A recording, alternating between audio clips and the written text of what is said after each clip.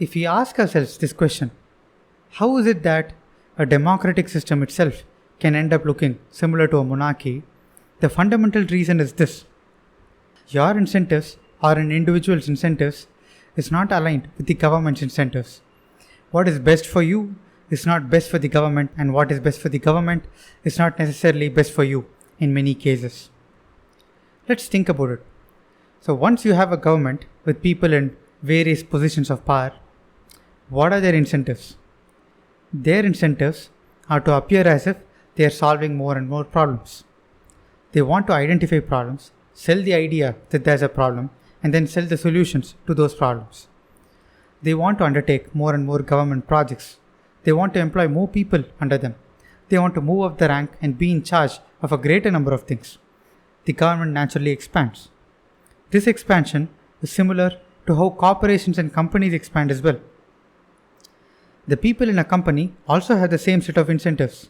The company initially starts as something small, offering just one product or service, and then after generating revenue and profit, it expands, offers more products and services as the years go by.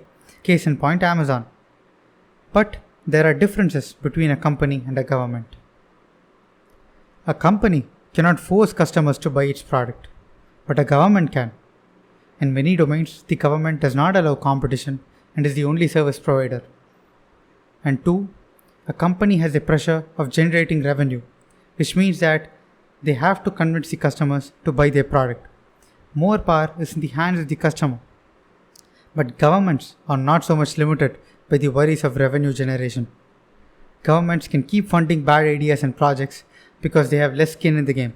It's the people's money they are playing with, not their own. Because of these two reasons, it's easy for governments to expand despite offering poor services and products. And this expansion is relatively unchecked. Coming back to my original point that an individual's incentives are not aligned with the incentives of the government, I don't think we can change that. That is how it will naturally be. The bitter pill that we have to swallow is this: the best person to take care of you is you yourself, period. In any instance, when we offload the responsibility of our well-being to someone else or some other entity, there's always a risk. But on the other hand, obviously you cannot take care of everything on your own. Sometimes you might need a lawyer, a plumber, an electrician, a doctor. But whenever you need the services of someone else, if you have more choices, you're better off. If you can pick among numerous hospitals which hospital you want to go to, the chances of you getting a good treatment is higher. That's what competition does. However, if you're choiceless and there's only one hospital, may God help you. And that's the situation we're in with governments. When there's a centralized system or a monopolistic system, it can look good when things are doing well.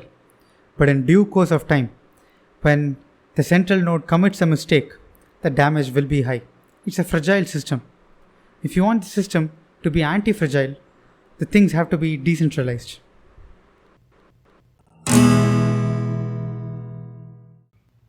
Thanks for checking out a clip from the Question Freely podcast. If you want to check out the full episode, the link is in the description below. Adios.